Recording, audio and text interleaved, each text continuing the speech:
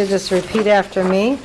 I do solemnly swear I do solemnly swear that I will support the Constitution of the United States and the Constitution of this state, that I will support the Constitution of the United States and the Constitution of this state, and that I will faithfully discharge the duties of the office of member of the Board of Education of Algonac Community Schools, and that I will faithfully discharge the duties of the office of member of the Board of Education of Algonac Community Schools, St. Clair County, Michigan, according to the best of my ability.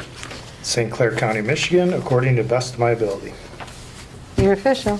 Congratulations. We'll see who claps in a year. Okay, now we will stand for the pledge in a moment of silence. I pledge allegiance to the flag of the United States of America and to the republic for which it stands, one nation, under God, indivisible, with liberty and justice for all.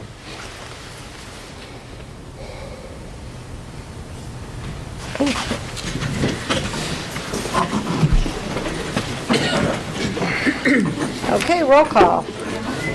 Michael Baranowski. Here. Charles Rosatel. Here. Beth Engel. Here. Andrew Boulay. Here. Ray Priviloff. Here. Sharon Stiltner here. Heidi Campbell. Here. Madam President, we have a quorum. Any amendments to the... All right, we'll start with John and his budget update. It's more than that. Okay, whatever. Oh, it's going to be longer?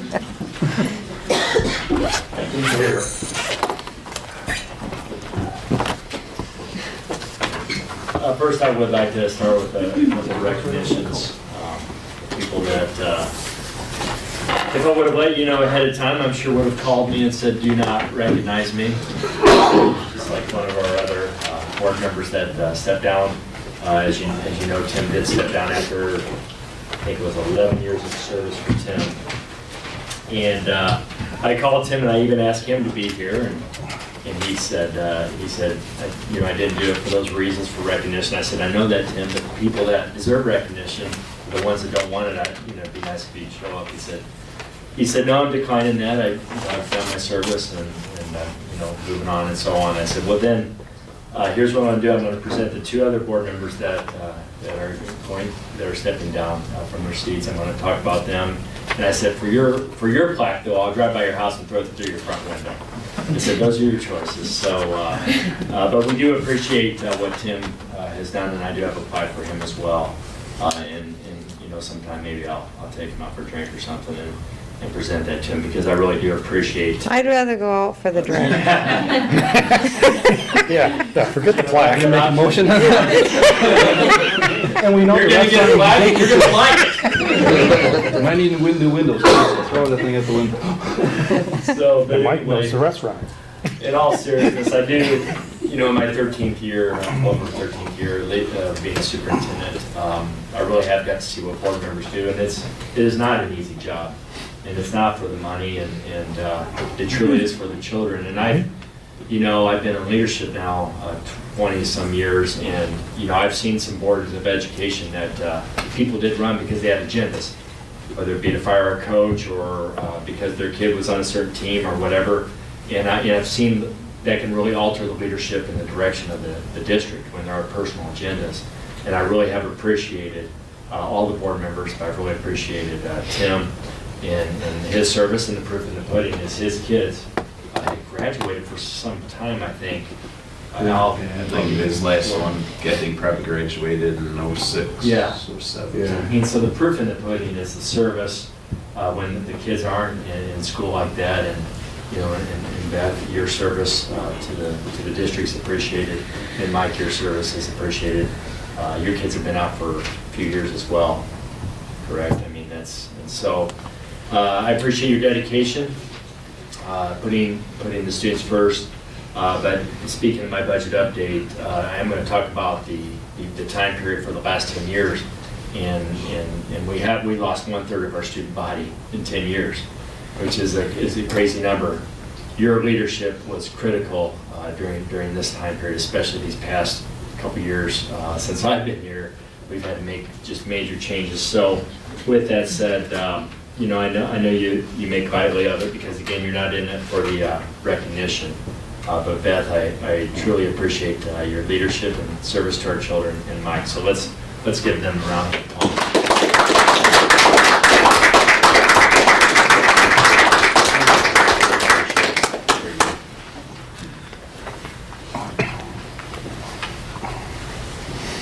Should I have taken it out of the container? Thank you. I would have rather had a drink. And I know that. The microphone's right here, but. Oh, darn. What are you gonna do, fire? Just point it out. Yeah. Yeah, kick me out. Good point. Good point. So. Okay, moving on. First on the monthly budget report.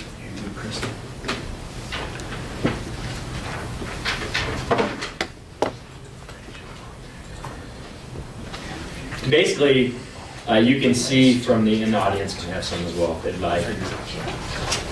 We're pretty close when you compare to last year with the revenues. At this time last year, we were 34.14%, we're 35.40.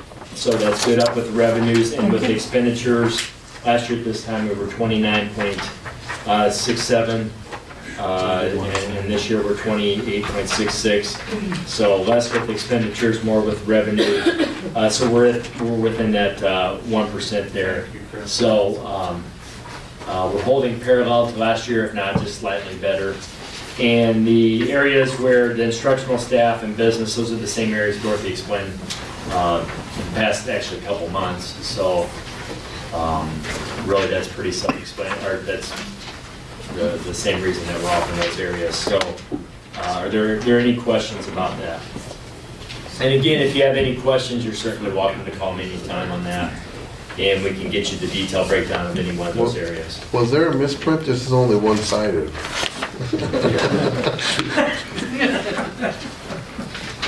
No, Rose? That's the difference between these guys up here and you.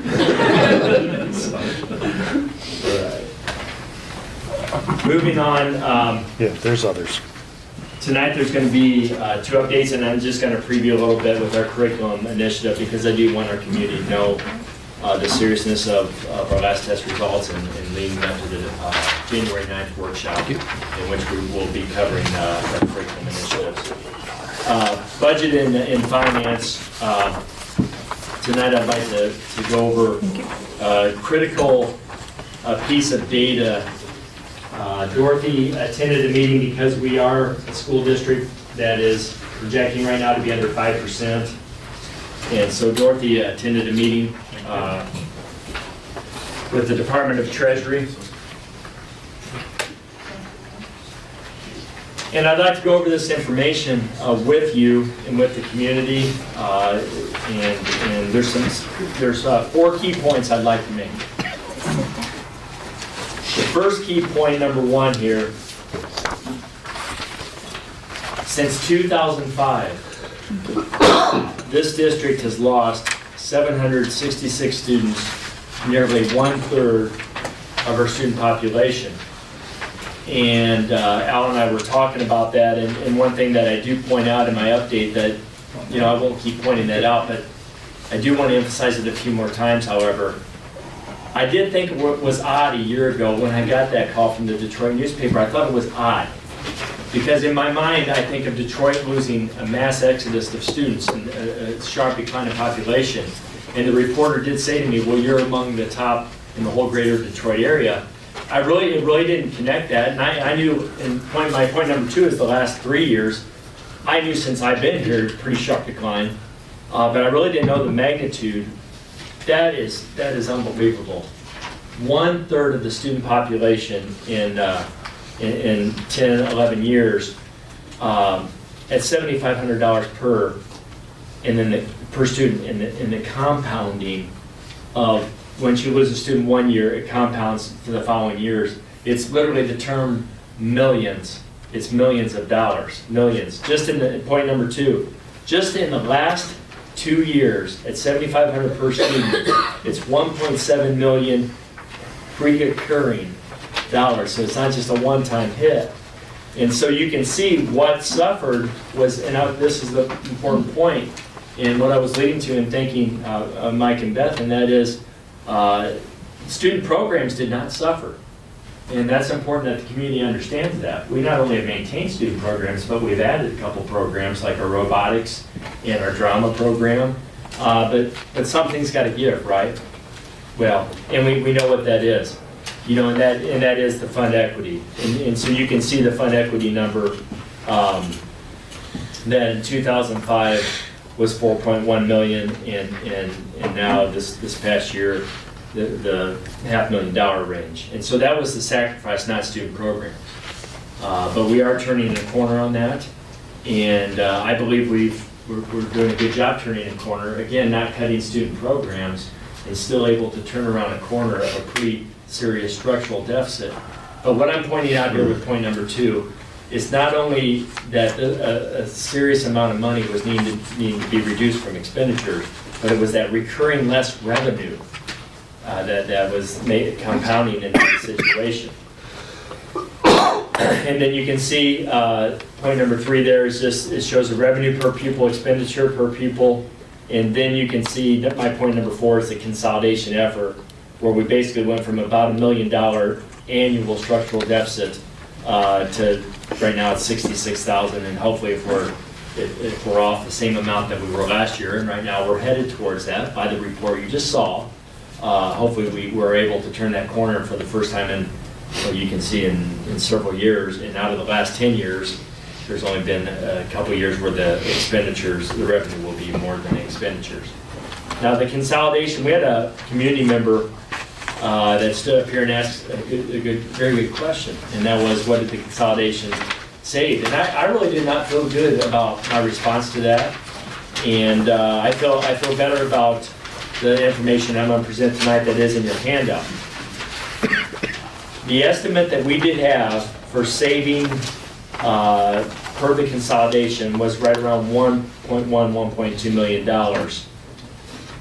The next sheet, and obviously I've taken off the names.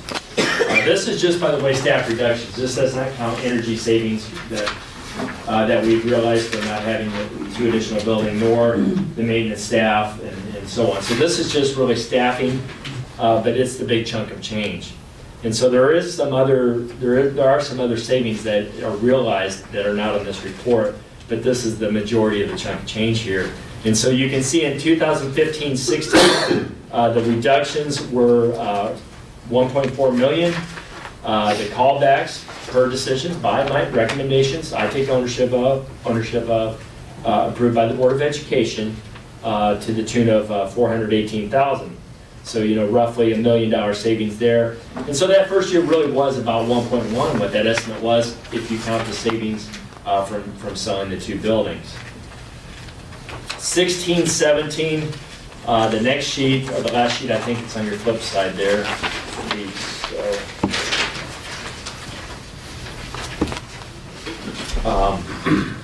And then the handouts in the audience, I don't mind you seeing those, but if you could leave those when you're done and be that serious, where certainly it's not highly confidential, I wouldn't pass them out, but people could figure out by the school name and the amount of money. So if you would, please. 16, 17 savings, 735,000. Callbacks were 256,000 again. You're very aware of the callbacks and why we called the staff back with cost sizes and programs and so on. And so that is roughly about 500,000. So I feel much better about this specific answer with our community member that was saying, okay, hey, you're saying the consolidation is saving the X amount of dollars.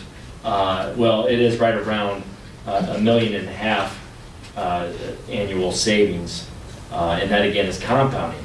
But you can see from the first worksheet here, we still have some work to go. The first worksheet is about just in the last 3 years, $1.7 million loss. We're saving about 1.5, and so you can do the math, and that math does figure up to be about what the pay cut brought for us, realized for us as far as savings. And so to be direct about it, because we are at a point where when you have a fund equity, where our fund equity is right now, we don't have time not to be direct. You know, where we are now that we've done the consolidation, we really are now to either contractual issues like class size and amount of preps for junior, senior high school teachers. Program cuts, which I won't recommend those unless it's a last-ditch effort, but I certainly am not recommending cutting any programs for students or pay cuts. We really are to that point when there's less students. And I feel that we're going to still have some right sizing in this district. We'll get into more detail. Certainly I'll answer questions now, but we could get into more detail January 9th because it's a specific workshop for budget. But I wanted to get that information out here. It's not doomsday information. It really is a positive for our community to hear that. You know, to go through 1/3 of it, to have 1/3 less students in that short amount of time and maintain programs, certainly, in this past 3 years, we've added programs in that 1.7 million is a compliment to the board. But now we are where we are. And again, it's going to be either programs, contractual issues, or pay cuts. Pretty non-emotional, really. And I'm not saying that those aren't emotional issues. Pay cuts an emotional issue. But my point is, it really is a number. You lose 50 students, it equals this amount of money. And this is what we're down to. So we will make it through, and we'll make it through, I feel, in a positive way. But the work is not done yet. Any questions about that? And like I said, we'll go into more detail in the January 9th workshop. Just a follow-up on Yes. the workshop that, Dorothy, you went to. Was there any recommendations from the state level There of are what to no do? teeth. Nothing There at are all? no teeth, to do anything. All they are going to do is follow up, with the districts to find out what's happening, that they have a close eye on us. And they want to know where our budget is right now. We just got a letter today. And so respect it. I'm almost done with it. I should be done by Thursday the latest, so. And if you don't mind, I want to further define what no teeth would be for the audience and for our community listening. Because of contractual issues, an example of teeth would be in Hay School District, you're under 5%, you are now allowed to make mandatory pay cuts. So you really don't have to sit down with your employee groups. I'm not saying this is what I believe, but I'm just saying this is what we're talking about. And you're under 5%, so you know what, Mike, you're running your school district, do what you need to do to make sure you're at least 5% or more.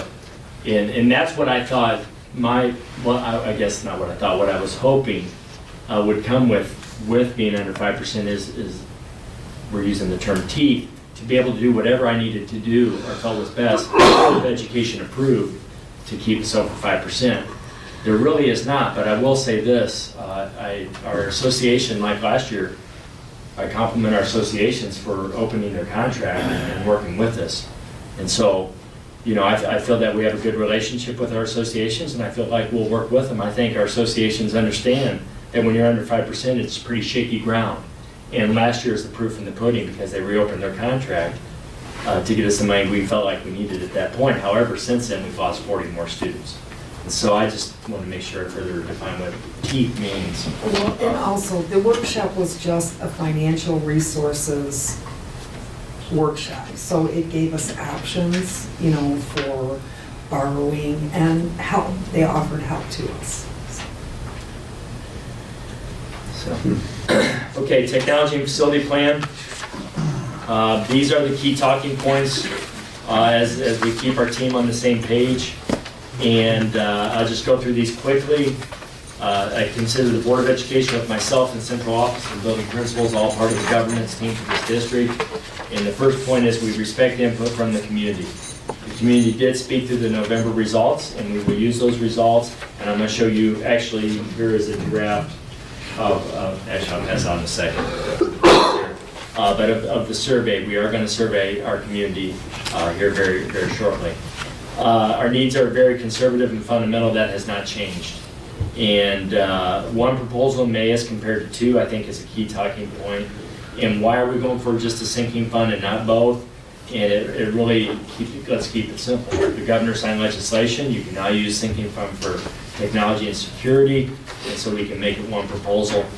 And there is no interest on a sinking fund. As the tax money comes in, you can use that money. However, and I'm making this clear from the beginning, we will on our publications, and every time I speak, I will make it very clear, we're not being deceiving. We may borrow into the sinking fund so we can have money that first year to get the tech, so we have continuity of the technology we're purchasing. And for example, roofing or mechanical systems, you wouldn't put in half of a mechanical system, half of a heating unit, or you wouldn't go to mill-size air conditioning units on the roof and you wouldn't do half of them. So I am making it clear to our community, we may borrow in to the sinking fund, the 10-year commitment. However, that'd be a lot less interest than a multi-million-dollar bond. And so, and then the last point is, we did get a late start on the last proposal. We have a jump on this one, and for whatever reason, I feel like there is a different kind of spirit. I want to use the word momentum, but they make fun of me when I use the word momentum over and over, so I use the word spirit.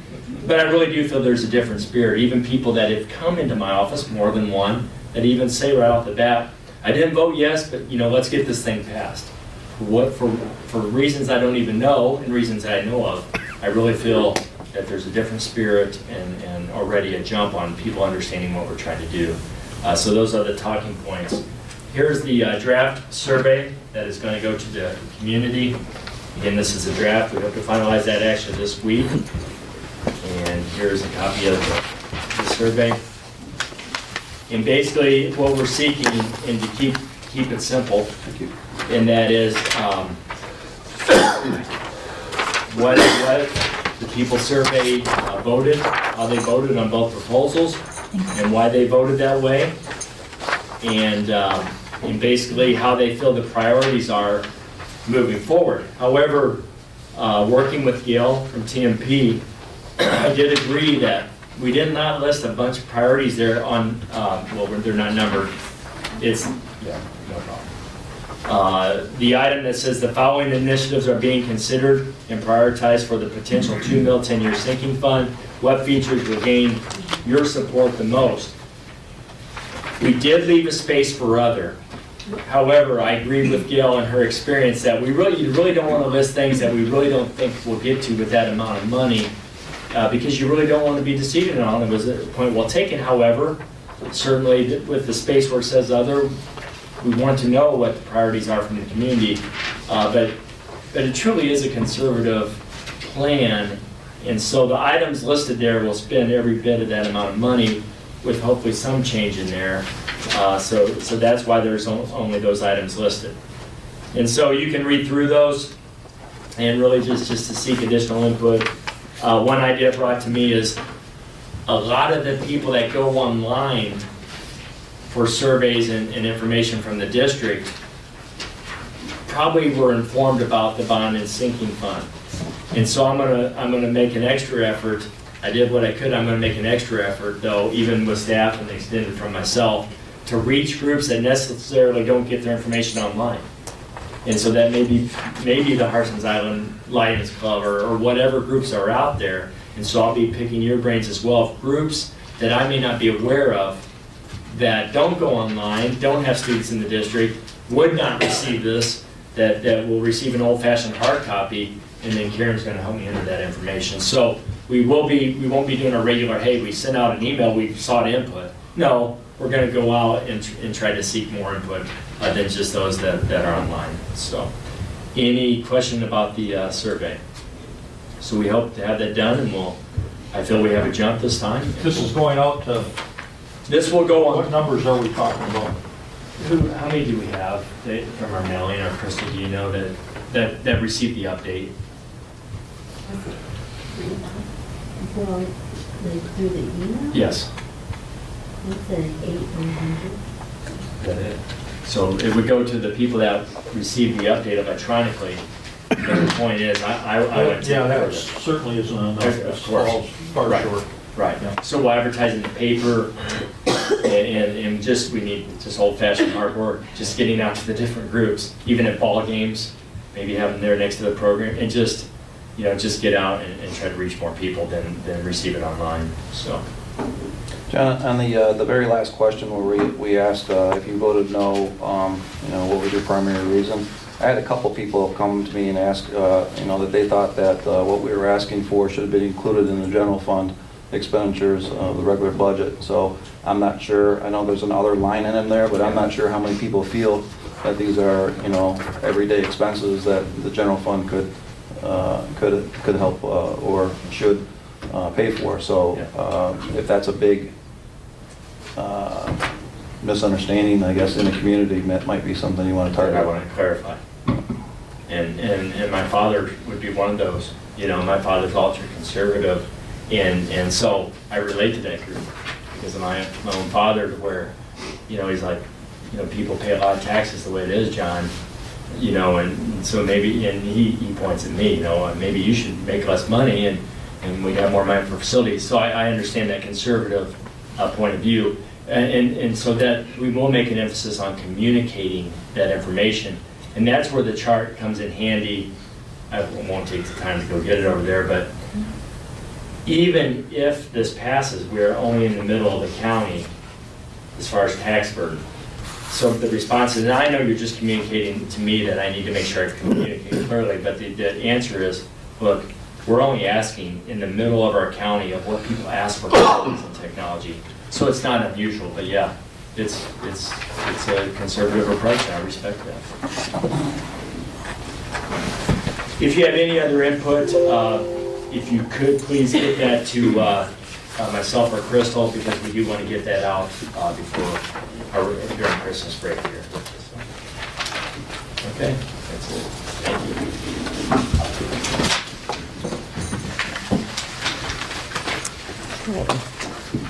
We'll move on to consent agenda items. I'll make a motion that the Board of Education approves all consent agenda items, including agenda, minutes, personnel items, treasurer's report, and bills as listed items A through C. Support. Any discussion? All those in favor? Aye. Opposed? Motion carries. Who did we hire? We've got two that we interviewed today as a second round interview, and leaning toward one. We're going to make some phone calls tomorrow, and I think we'll be. And we'll communicate that out to you, but until the person accepts it. Okay. So. Should finalize the process tomorrow. Okay, Mr. Melrose, you're on. Yep, just a couple things for this holiday season. First of all, the past 2 weeks there, we had a choir and band concerts. Both were fantastic. Good turnout from the crowds, and just kids did a phenomenal job. Just kudos to Miss George and Miss Turner for doing a fantastic job. Also had a Spirit Week all past week, and then going into this week. And with that, a couple of fundraisers that they did. We had a staff Santa where the kids donate money and teachers' name toward Christmas toward a family in need, and they raised $450. They split over 2 families, and they did it. And the winner of that was Mrs. Baracco, so that was nice. But the kids did a nice job with that. And they also did a canned food drive and competition, and the class that did the most would get a ice cream party when we get back from break. And Mr. Lucas' class was the winner, but overall the kids came up with over 1,000 items of cans and dry goods that they're going to donate to the Goodfellas to pass out to families in need during this holiday season. So again, when we come back, we're kind of hitting the ground running with aiming at the testing coming up in April. We've already met with the students in their seminars, and we're looking at ideas from the kids for incentives for them, for not only just for their achievement on the test, but their effort put in. And we're going to start spreading the word on that when we come back from break, and again, hit on that hard and get those test scores up. Other than that, Merry Christmas and Happy Holidays. Thank you. Brian, I have a question on the test scores. When we talked about it when they first came out, there was an indication that some of the problem was with doing it online and the confusion. How are we addressing that? Well, actually, one of the things we talked, Brooke and Melissa, and there's some things that we're doing that we think will help out, is like with for instance, for the math test. We're having the kids bring in all the scrap paper for the test, and we're going to make them do the problems on the paper before putting them on the computer, and even with on the English for when they do writing, to do the same thing, to write down their thoughts, put it down, everything on the paper first before putting it on the computer. They are doing some practicing, just getting, like, a lot of things they're asked to do for reading is underlining on some of those things, and I know teachers have been working that in the class, just to make sure they're getting used to highlighting on the computer. And so a lot of those structures we're already addressing. Thank you. Yep. Mr. Landrum. Just a couple things real quick. This past week, the Michigan High School Football Coaches Association came out with their academic all-state honors. And again, for the second year right now, Algonac was third in Division 5, so we were first team all-state academic-wise. We turned in a GPA of 3.878, but that put us first as far as public schools in Division 5. We'd be top 3 to 4 across all the divisions, because I checked to see what all the other divisions were as well, but we were the top public school in our division as far as GPA. And to go with that, we also had an individual academic all-state, and that is rare. Coach Barnhart's been coaching 20 plus years, and he tries every year to get his top kid into the individual all-state, and Jacob Sweat is only the second person in 20 plus years of coaching that Coach Barnhart had to receive that. He currently has 4.33 GPA, and he's #1 in our class, and he's also an all-conference football player, so he's getting it done on both sides. So that's it. Can we get that into some kind of a press release and get it out to the newspapers? That's something we ought to Yes, sir. go straight up on. Yes. Mrs. Lestage? Hi, amidst all of our holiday fun, we've still been doing a lot of academic things going on. Jennifer Evans, our RISA consultant, has been to both Millside and Algonquin, making classroom visits and modeling lessons for the teachers so they can kind of teach writing in a different way, and the students have really been great with it. They received it well, and she commented on how great all of the students were with participating and also their writing skills. She thought they were doing really well with that. Also, we've been at both schools working on our Leader in Me WIG scores, which is wildly important goals. So we're focusing on reading this month, or this year really, and just getting the practice. But the whole idea is for students just to learn how to set personal goals, academic and just fun ones for themselves, and how to go through the process and follow through to get actual results in the end. So starting this next semester, both Millside and Algonquin students will have goals, and they'll be tracking them almost daily to reach a goal by June. And also, our PTO has been working extremely hard. They just rolled out our Art to Remember, so every student, K-6, did a drawing, and it gets sent home to their families, and they can order things for Christmas gifts or just keepsakes in general. And we had a great outturn for that and made a lot of money on it, and it was big organizational issues, and Heather stepped in and helped us out on both Thursday and Friday last week to get that done.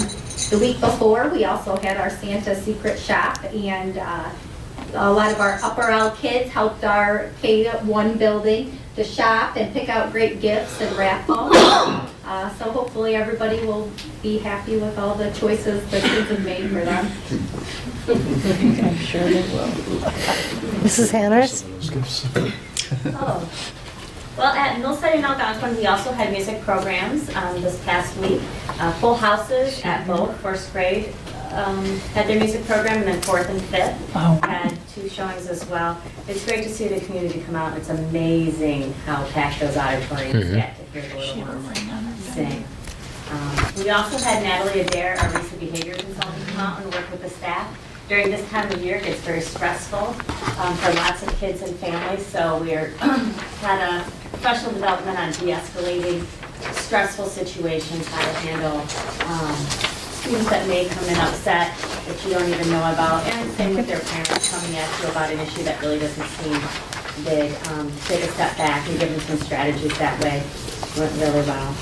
At Millside, our students have to do a service project through Leader in Me, and this year they decided to raise money for an organization called Fleece and Thank You. And what it is We had a change challenge, and the kids bring it in and they raise money to buy fleece material, and then they themselves make these blankets that are donated to children's hospitals. So when kids go to the hospital, they have something bright and colorful that's going to be their own, with a special message from kids in a video from them. They're really excited. The little ones raised over $700, and we're going to have the blanket making event in February. Fleece and Thank You come out, and they actually video the event of the kids making the blankets and then writing these messages, so that way when the blanket's given to a child, they can go to the actual URL and see their blanket being made in the special thank yous and hellos. So I'll send along that information if you want to join us that day for that service project. The kids are super excited about it. And then saying that one of our kindergartners who has had some medical issues this year is going to come see his class for the first time tomorrow and say hello with them. He's been going through chemo, so we have, if you've ever heard of a monkey in the chair, they send a monkey, and he's been sitting in his seat all year, goes everywhere with them in the building, so they're super excited to see Dylan and meet Dylan, because they've had a lot of correspondence through writing and things like that, but never actually met. So real excited, busy day tomorrow. Polar Express is pulling into Millside tomorrow too, in case anybody wants to wear their pajamas and come see. I was going to say, what is that? That'd be thermals. Yeah. And on the curriculum side, to piggyback off of what Ryan said with the testing, all schools are gearing up for that, trying to get them in the labs, doing more. We've also discussed as an administration team and teaching staff the fact that they need to get online and take a test like the state test more than just that once a year. So we had a couple representatives from STAR and NWEA come out and kind of show us what their products look like for our testing measures, for pre and post tests, to see if that would help get our students ready for these state tests as well. We were real impressed with some of the things that we saw, and we'll be bringing that in front of you as well once we get some more information and more details. But definitely working on lots of ways to get our kids ready, and also talking about the scheduling of the test to make sure that kids aren't having that testing fatigue. We had lots of kids testing last year for 4 or 5 hours at a time. It's just too long. So talking about how we can make that better all the way around. There is a state testing conference in February that we are sending administrators to gather the information from the state, so that way we can get all of our questions answered, especially now that we've done 1 year online. We can ask them pretty specifics and see what they're changing. Things we've been working on in the curriculum, not only have they been working with the ELA consultants, but all staff K-12 have met with the science consultants at this point as they're rolling out the next generation science standards for Michigan. They've done a nice job digging into the standards, the consultants have, but really giving them strategies, cooperative learning strategies, to come back and change the way they're teaching. So it's not the lecture format all the time, it's the kids actually exploring, the kids doing more. The high schools responded very well to that, trying some new things. Ryan's been very impressed that way. K-6 teachers continue to work through the MESA writing units, as 7-12 continues to work on providing common assessments and documenting their curriculum through the Atlas program. ELA and science curriculum committees have met just this month, really talking about course alignment. So we did the course alignment for math and social studies last year, changed up the sequencing of the courses, made sure we had everything in there that they needed, and presented that to you. We're doing the same thing for ELA and science this year, so that'll be rolling out to you in the spring. But really, what courses are we offering? Are we offering all the courses that we need to offer our students? Do we have any holes in our curriculum and our course sequencing? So ELA and science had their first meeting, talked about that in December. ELA will meet again on January 10th, and science will meet again in February to finalize the course sequencing, and then to look at our current resources on hand and things that we may be lacking, especially if the course sequence is changing in that way. Mid-year testing starts in January when we return, whether it be the STAR testing or the DIBELS testing. So those mid-year results to let us know if our interventions and our groupings are going well. Thanks, Melissa. Thank you. Melissa Miller? over at the child care. We've had our Christmas program that we had. We had quite a few people there. I know we were That's kind awesome. of conflicting with other of the schools, but we did a great job. All the preschool teachers did great at setting up and doing everything.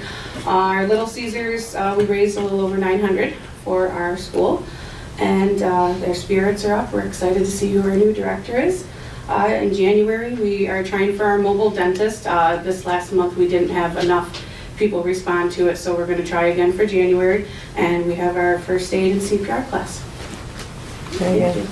Thank Good job, you. Melissa, thank you. Board reports? Well, I'll just help Crystal out here. The EEF tickets are on sale and are not selling as fast as they probably should. So anybody that's interested in selling some and or purchasing some, Crystal has them on hand. For anyone who doesn't know, the EEF is a vacation raffle. It's the funding that it raises like $30,000, and they spend $20,000 on trips and cash prizes. So they make $10,000 a year just on this raffle. And every month there's a drawing. They only sell 300 tickets, and every month there's a drawing. And first prize is a trip for two, and second prize every month is $125 cash.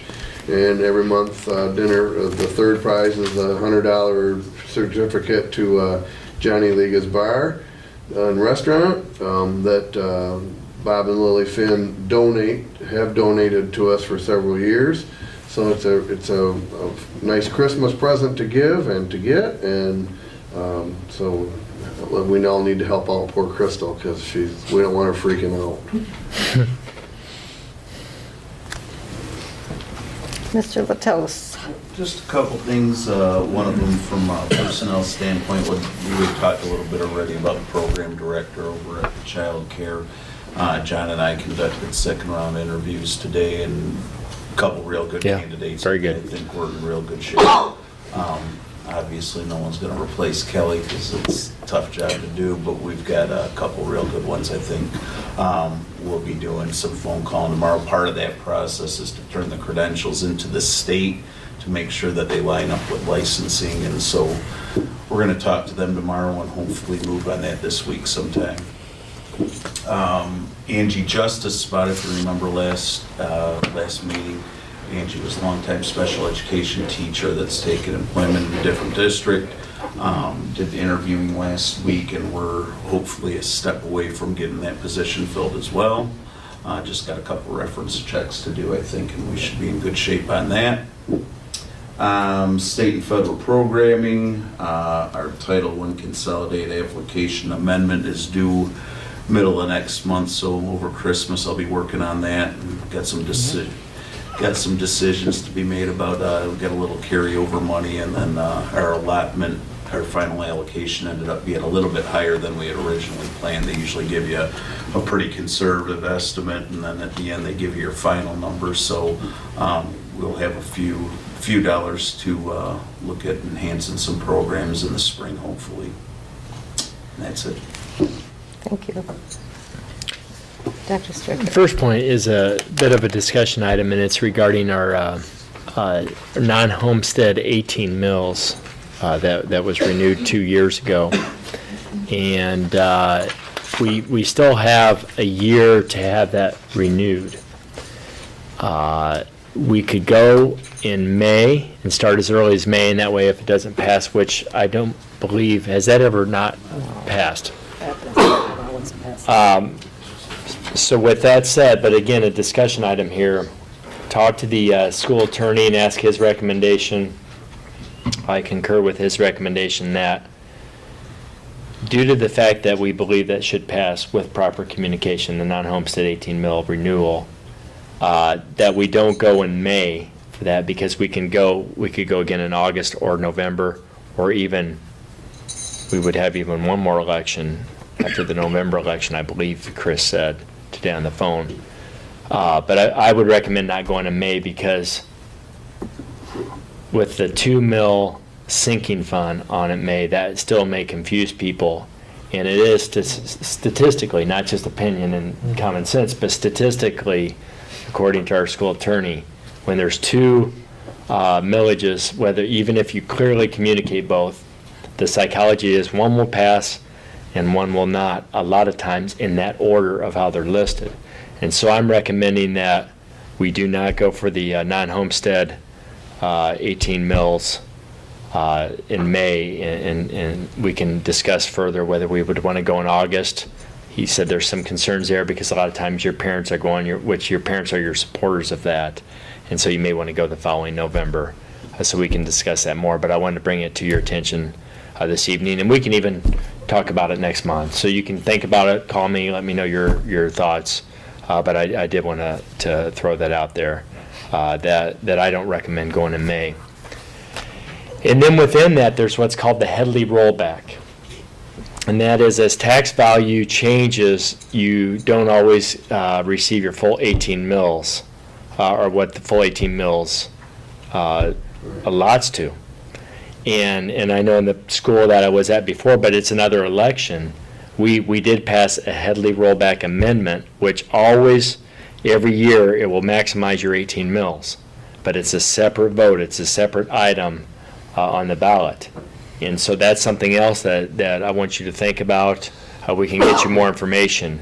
But I know at New Lothrop, what we did is we had a 10-year, went for 10 years, non-homestead with the Headley rollback, and it did pass successfully. Can you have both things combined in one piece of language? You have No, because they're two different things. See, I know here when, from the time that 18 mills ever started after Proposal A, Yeah. that you only ran the 18 mills every so often because of you lost a little, the longer you had. That is correct. You would lose a little bit all the time, which is why you always ran it for those short periods Right. of time to get the maximum of the money. So that is one strategy. Good point. That option wasn't available at the time though, and now it is. Now it is. So like I said, I mean, we loved it in New Lothrop because for 10 years, and our voters liked it too. They didn't, every 2 years, they didn't want to see that, they had to go in and vote. And so we went 10 years with the Headley rollback, because this year, without the Headley rollback amendment, it's about 20,000 short. So it does, does add up. Right. 20,000 is half of, or maybe a third of a teaching position. So it's something to consider. We don't have to get into it tonight, but it's something that I would recommend at this point, because I mean, every dollar matters, and the state does count on you getting that money. So when the state gives you your per pupil allotment, I don't know if taxpayers realize that the state counts on you locally passing that 18 mills and collecting that full 18 mills. That's part of that. When I say that $7,500 per student, they count on that. I think it's a little screwy, to tell you the truth, because it does confuse people, especially the Headley rollback is very confusing, and so it's just something to think about. The next item, hitting the ground running, especially with a changeover of board members that we're going to have, and that is the Board of Education. So whoever's president right away after the organization meeting January 9th needs to consider the training that the Board of Education by law has to have for my evaluation. Because of the changeover we've had, I am recommending that we have the School Board Association bring a trainer here and train the whole board at once. It's about a 3-hour workshop, as compared to saying to all of you, well, here's the training dates.